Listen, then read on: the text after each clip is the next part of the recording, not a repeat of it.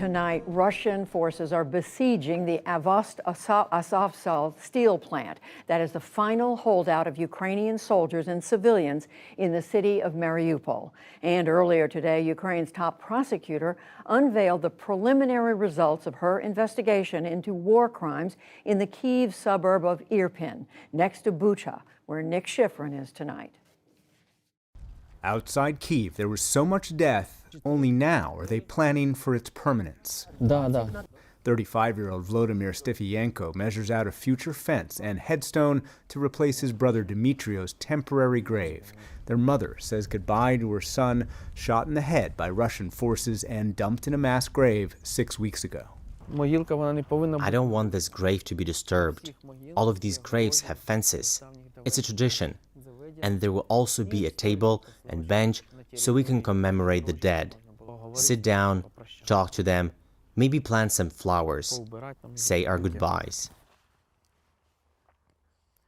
The oldest victim of Russian occupation on this row, 93. The youngest, 23.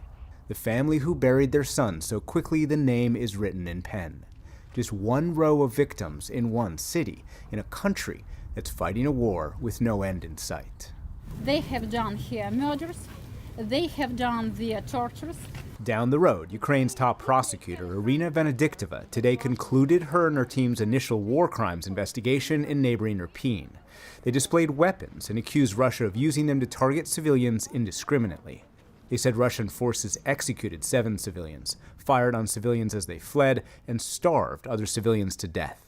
It means someone killed them, and we will find these people. We spoke about 1 month ago. How much progress have you made? We have first suspects, and we started to prosecute concrete individuals from Russian army. If maybe 1 month ago we have 5,000 cases, I don't remember exactly, now more than 9,000 cases, and unfortunately it is not the end. Last week, she accused 10 soldiers in Russia's 64th Mechanized Infantry Brigade of committing atrocities in Bucha. Just the week before, they'd received awards for heroism and courage from Russian President Vladimir Putin. It means that, yes, it is common responsibility, and Vladimir Putin is responsible for these atrocities. But across the street, neither atrocities nor broken windows prevent some families from returning. Mykola Tiskevich arrived here last night for the first time in 2 months. He first fled downstairs to the basement and then to his family down south. The calendar's still stuck on the last month they lived here. He and his wife Svetlana are determined to stay despite the cold coming through the broken window. Well, we get on the bed, we cover ourselves, and that's how we live. Where else should we go? We have nowhere to go. It's better to be here than on the street. Even though it's cold both here and outside, it's like we're on the street. Just outside these windows here in Irpin and just down the road in Bucha. What do you think the Russians did? It's scary, and I don't understand why. What did we do? We had a normal life before the war. Now nobody knows what's going to happen tomorrow, or even tonight. You see? Everything is shattered. Perhaps Russia's single worst war crime here behind St. Andrew's Church, a mass grave of more than 100 people. Today, inside that church, a requiem for the dead. Surrounded by the images of atrocities and of the memories this community can never forget. The Russian strikes that produced shrapnel big enough to pierce this fence, many of them fell next to children's playgrounds.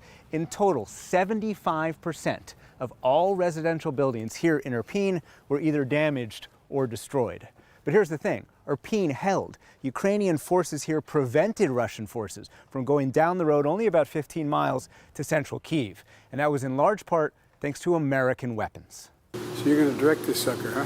And today, President Biden highlighted those weapons 5,500 miles away in a Javelin missile factory in Troy, Alabama.